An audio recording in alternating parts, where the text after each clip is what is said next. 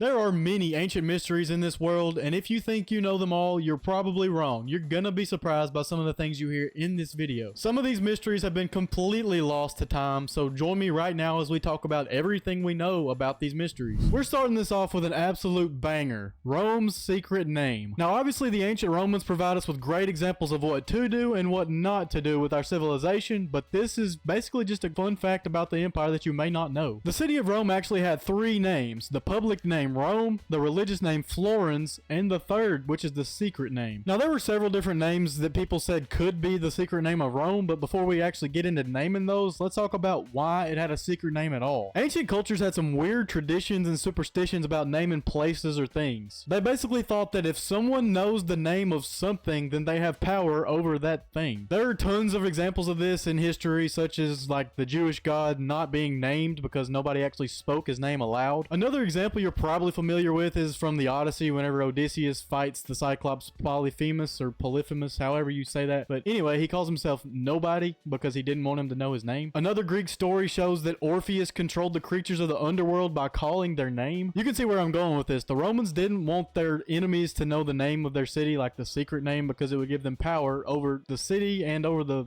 patron god of the city. Now this patron god supposedly could be invoked and then he would take care of the city walls and the city, Rome, whatever. Calling on the patron god of the city was known as the rite of evocation, and it was only undertaken by like the highest ranking government officials in Rome. Obviously this means that only those people were supposed to know the secret name of Rome. The poet Giovanni Pascoli believes that the secret name of Rome was its palindrome back in the day. It would have been Amor, which means love. This love, or Amor, ties Rome back to the goddess Venus, which was the goddess of love, you know, Aphrodite, basically, just the Roman version of her. She had a literal cult following in Rome, so that's probably where some of this came from. Another theory says that the name was Maya. Maya was one of 7 sisters who were the daughters of Atlas in Greek and Roman mythology. These 7 sisters ties it back to the 7 hills of Rome on which it was built and all that kind of stuff. If you know Roman geography, then you know what I'm talking about. If you don't really worry about it. It's kind of complicated. Now, obviously, we don't know which one of these interpretations was true. We don't know if either one of them is the right secret name of Rome, but we know that the Romans didn't play with this. The Roman poet Ovid was exiled from Rome for life, and there's a really good chance that it was for speaking the secret name of Rome aloud, which, that's terrible. Alright, we're sticking with Rome here. The death of Romulus. If you happen to not know who Romulus was, it's kind of in his name. He was the original founder and king of Rome alongside his brother Remus. These twins were said to be born to the lady Rhea Silvia and the Roman god of war Mars. Now they were actually ordered to be executed whenever they were babies because they were both heirs in the line of succession to the throne of Alba Longa, because Rhea Silvia's father was the king of Alba Longa. Now if you haven't heard of Alba Longa, it's a city near the future site of Rome. It's like 12 miles or something like that, give or take a little bit. Whenever they were ordered executed, people just set them in a river and expected them to die, kind of like Moses, you know. But anyway, a woodpecker and a she-wolf found them and took care of them. The she-wolf actually nursed them, so that's a little disturbing to think about. It's a little disturbing, but it's probably one of the coolest origin stories ever, so you know. Now these twins grew up. They actually survived and thrived after being suckled by the she-wolf. They were raised up. They went back to Alba Longa and executed the king that ordered them to be executed when they were babies, and that returned their grandpa to power in Alba Longa. After all that, they went on their quest to found their own city, and that became Rome. Not long after all that happened, Romulus decided to off his brother Remus, so he became the sole king and ruler of Rome. Now he went on to be a really hard-nosed ruler, but his hard-nosedness actually was more for his own people instead of the people like his enemies. It's actually kind of bad the way they portray him. He was not good to his people, but he was lenient to these outsiders. Well, I say that, but he was also the one that orchestrated the abduction of Sabine women. Like all these people from this Sabine city or culture or whatever it was, he invited them all in. They had a big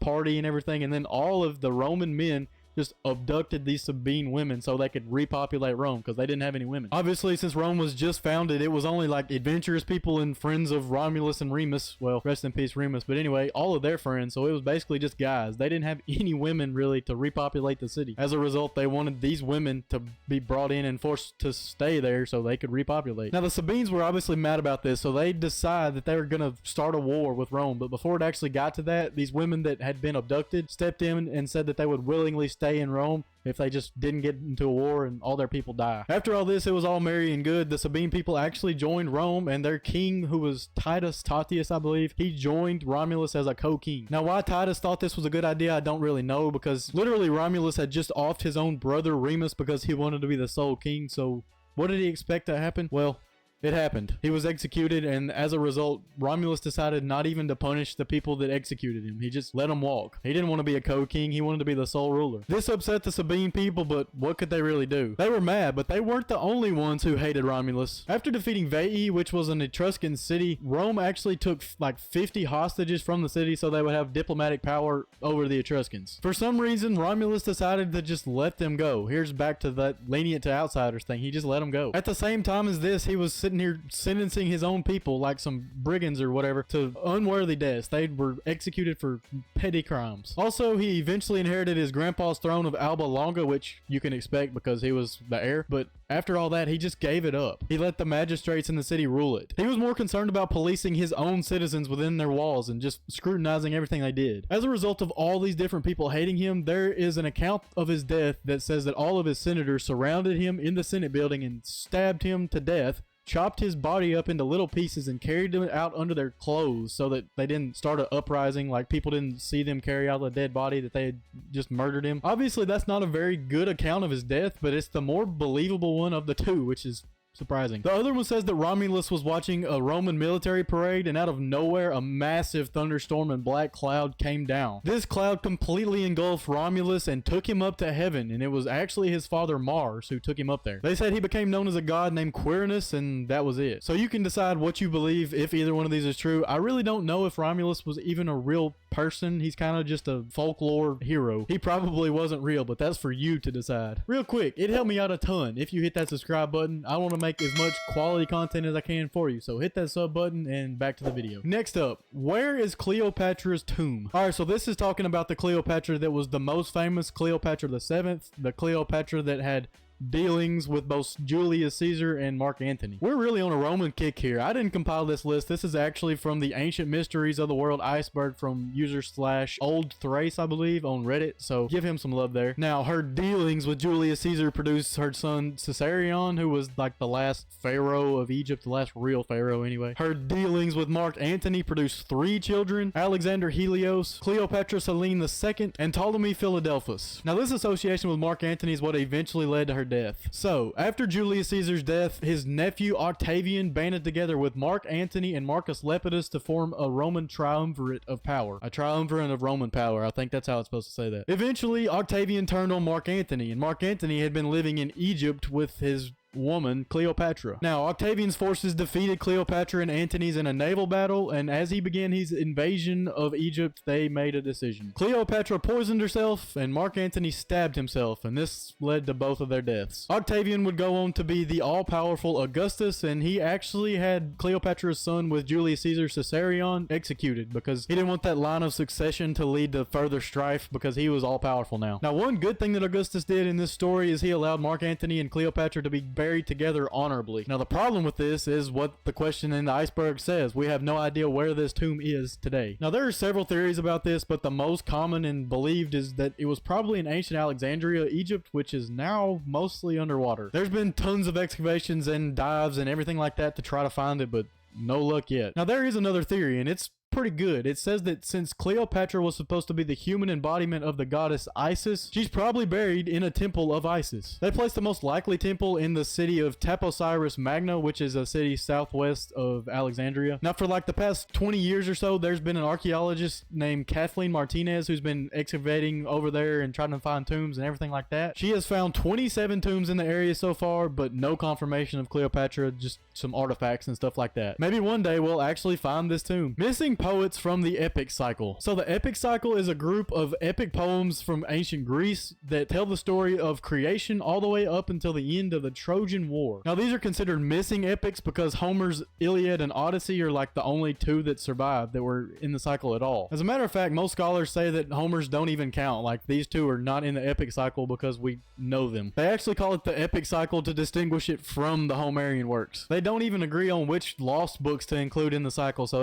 they're just all confused. confused. It doesn't make any sense. There are different eras in the cycle, and some scholars only include the ones of Trojan origin, actually. Here's a list of all the books in order that I found on the website livius.org. Titanomachy, Oedipus, Thebes, Epigone, Cypria, Iliad, Aethiopus, Little Iliad, Sack of Troy, Returns, Odyssey, and Telegony. Now these epics supposedly all tell a sequential story and build on each other. Now it's said that every educated person in ancient Greece knew all of these works, but the closest we'll ever get is the Homerian epics and the retelling of the stories in stories that weren't lost to time. The Dead Sea Scrolls. The Dead Sea Scrolls are a collection of Jewish scrolls that date all the way back to the 3rd century BC to the 1st century AD. They're also known as the Qumran cave scrolls because they were found in 11 caves near Qumran. Now they contain lots of copies of biblical scripts, but they also have scripts and just other records and stuff that existed outside of biblical teachings. Most of these date back to the Second Temple period, which was, when the Second Temple was built after the destruction of the first. These are the temples in Jerusalem, by the way. Books of the Bible that were actually written during this time period include Ezra, Nehemiah, Esther, and Daniel. Now outside of the biblical scripts that we were talking about, there's some extra biblical scripts like the non-canon stuff. There was the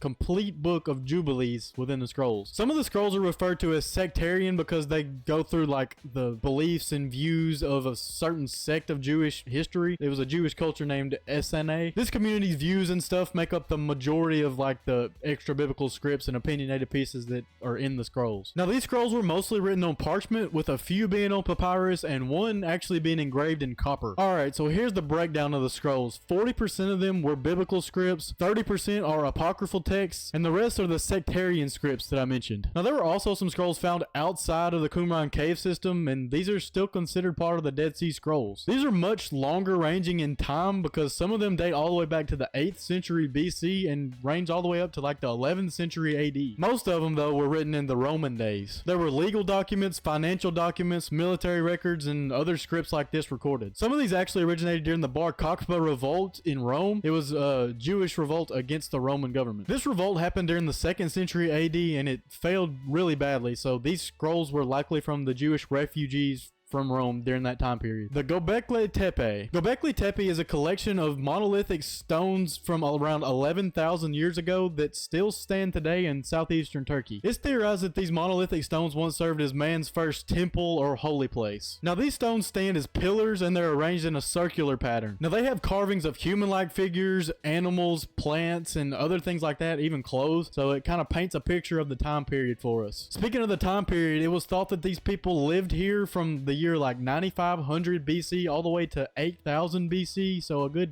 1500 year time span. These T-shaped pillars are said to be some of the first human architecture like ever discovered, so that's pretty cool. Now these people were thought to be hunter-gatherers who lived in villages, hunted gazelles, and ate some cereal grains too. A little bit of farming there. Anyway, there are 4 of these circular patterns currently unearthed, and geological surveys say that there are 16 more down there that are yet to be excavated. So these people were getting with it. Each of these circles contained about 8 pillars around the edges, with 2 taller stones standing in the middle facing each other. They were like 5.5 meters tall. All of these pillars are made up of limestone, and it's said that these people probably used flint-based tools to carve them up. This would take a long time to accomplish, but obviously they did. One really cool theory about the Gobekli Tepe is that it was actually part of the Garden of Eden or the Tower of Babel, either one, because the Tower of Babel is kind of a man-made structure of stone. But anyway, it was thought to be in the same general area as the Garden of Eden was thought to be back in the day. We obviously don't know if this is true. We don't know where the Garden of Eden was. That was on the very first iceberg, but I don't know either way, but it'd be really cool if it was associated with biblical events. The Indus Valley Civilization. The Indus Valley Civilization is naturally a group of people who lived in the Indus Valley. Now this is a place in southern Asia that takes up part of like modern India, like all of Pakistan and part of Afghanistan. This civilization flourished during the Bronze Age before the inevitable Bronze Age collapse. Now it's important to note that these people are also referred to as the Harappan people because the site Harappa was where all of their artifacts and everything else like that were excavated originally. The Harappan people had their own script known as the Indus script, which I actually covered in the last video, but here's the gist of it. Nobody has deciphered the script yet, so there's tons to learn about these people that's sitting right there, but we just can't read it. Now this civilization was one of the great 3 ancient civilizations along with like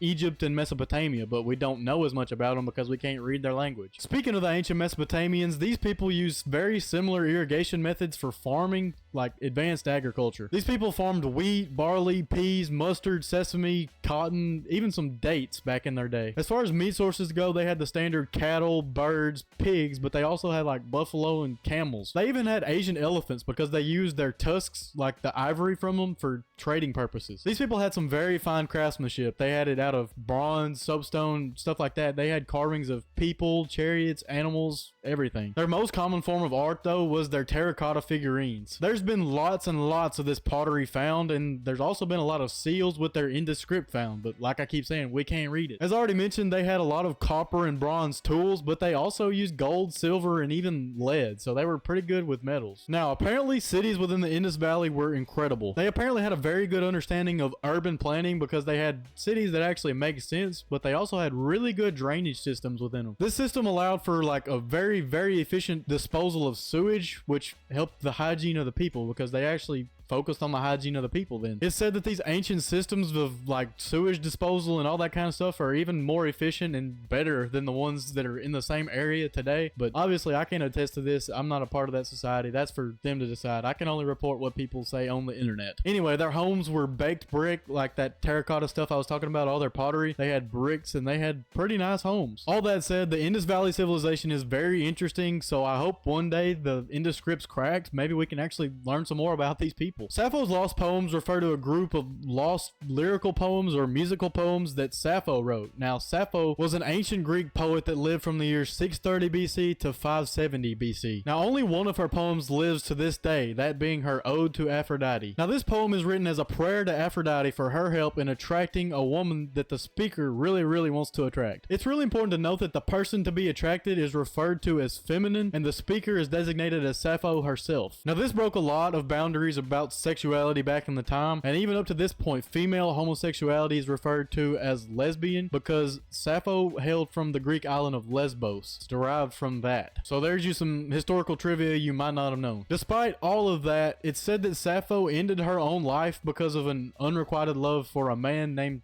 Phaon. So there's that. Now, as for her lost poetry, it's said that she wrote over 10,000 lines of poetry in her day, but only 650 survive to this day. Now, that's pretty terrible. Can you imagine your life's work being reduced to 6.5% of what it was? Well, now that I think about it, that's probably not that bad. That's probably a pretty decent percentage. We all work our entire lives, and within 4 to 5 generations, nobody remembers our name or that we even existed. We're just ancestors. 6.5% of all the wisdom that you wish to impart on the world surviving after all that time is actually not that bad. Anyway, sorry to get all nihilistic or whatever that was on you, but her works were said to have been compiled in Alexandria at one point. But we all know what happens to literature and tombs and basically everything that happens in Alexandria. That place is just a black hole. Erased to history. I mean, the library literally burned 3 times. That's crazy. Other than that, only fragments of her work have survived. Certain church factions have obviously decided to try and erase her presence from history because of her supposed sexuality, so that didn't help anything at all either. Alright, the mystery of the elongated skulls. The mystery of the elongated skulls refers to a mystery in which skulls were found in like Peru and different places across civilizations, but anyway, they were found to have deformed and long skulls. Besides Peru, they were found in like the rest of the Americas. They were found in Australia, Europe,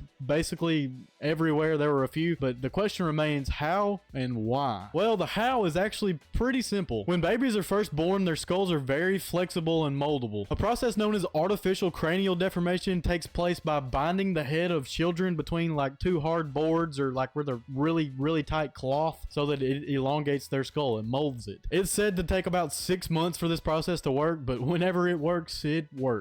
Now, these misshapen heads from this process are the ones that we found. As for the why, that's a little bit trickier, and we probably would never do the same thing in today's society. The most common explanation is that in these ancient societies, having an elongated head was a status symbol. If one had one of these elongated skulls, it was said that they were one of the elites in these ancient societies, especially in ancient Peru. Several different lines of king's skulls that were found in Europe also had these things, so I guess this wasn't exclusive to South America like we've been saying. So overall, it pretty much just signified that they were part of a group or they had a high status in that society society that they were a part of. So it's really not as mysterious as the iceberg makes it out to be. Where is the Ark of the Covenant? Now, this mystery on the iceberg is pretty straightforward. Where is the Ark? This thing that once embodied the most concentrated source of God's power on earth ever. This thing completely vanished from history whenever Babylon invaded Jerusalem in the 6th century. So where in the world did this thing go? That's the 6th century BC, by the way. It wasn't like 600 AD. One story says that the thing was stolen during the days of King Solomon. See, Solomon supposedly had an affair with the Queen of Sheba, and this affair spawned Menelik. Now, Menelik would go on to found the Christian dynasty that would rule over all of Ethiopia until like last century. This dynasty reigned for a long time. Anyway, Menelik resided in Jerusalem with his father for a time, but whenever he decided to leave, his companions that were with him decided that it would be a great idea to steal the Ark of the Covenant. Menelik didn't even know that his companions did this, but once he did, he decided to take it to the city of Axum. Ever since then, the Ark has been held under lock and key in the Church of St. Mary in Zion by this Ethiopian sect of the Christian church. Now, nobody knows if this is true because literally nobody is allowed to go in there. Like, not a single person can go into the Ark's resting place. I guess it could be there. Now, there is another account which is in the book of Maccabees, which is one of those apocryphal texts that I talked about earlier. It says that Jeremiah knew that Babylon was fixing to invade Jerusalem, and before that happened, he took the Ark of the Covenant out of Jerusalem and he buried it in a cave. This would actually make more sense to me because it actually happened whenever the Ark disappeared from all of history, so kind of makes sense. But come on, man, in a cave? There are several other explanations as to where the Ark is today, but none of them make enough logical sense to even mention, so it was probably one of these two. Or it's just gone forever. This is one of those mysteries we will never know because nobody's ever going to find it. It's been too long. Well, I say that, but if it's of divine origin, it could still be there in perfect condition. I don't know. They found monolithic stones from 11,000 years ago. I need to shut up. Alright, so we literally just mentioned the Queen of Sheba, so you're probably interested in hearing all about her, right? I think that it's a good idea if you check out the first video in this series. It's linked on screen right here. It tells you all about her, so you might as well click on it. Click on it, please. Bye.